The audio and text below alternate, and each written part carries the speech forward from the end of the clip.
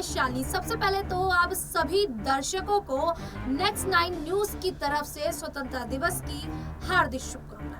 बात करेंगे उत्तर प्रदेश को लेकर। जी हाँ, क्योंकि उत्तर प्रदेश में आम चुनावों के नतीजों के बाद से ही भारतीय जनता पार्टी में उथल पुथल मची हुई है। उथल पुथल इसलिए भी मची है क्योंकि ऐसा कहा जा रहा है कि जो आम चुनावों में भारतीय जनता पार्टी की हार हुई है उसका सबसे बड़ा अगर कोई कारण कहा जा रहा है तो कहा जा रहा है कि सीएम योगी आदित्यनाथ के कारण से शायद ये हार का सामना भारतीय जनता पार्टी को करना पड़ा है।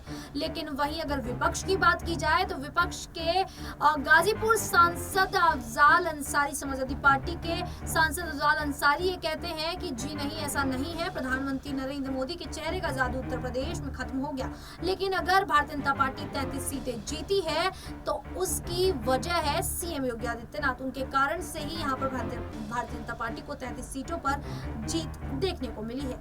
ऐसे में अब अखिलेश यादव जो आम चुनावों में जीत दर्ज करने के बाद उनका जो दिल है वो गदगद होता नजर आ रहा है। वो तमाम रणनीतियां बना रहे हैं। आम चुनावों में भी उन्होंने इस तरीके से रणनीति बनाई थी कि लगभग 12 से 13 बार उन्होंने अपने प्रत्याशियों का टिकट काटा था।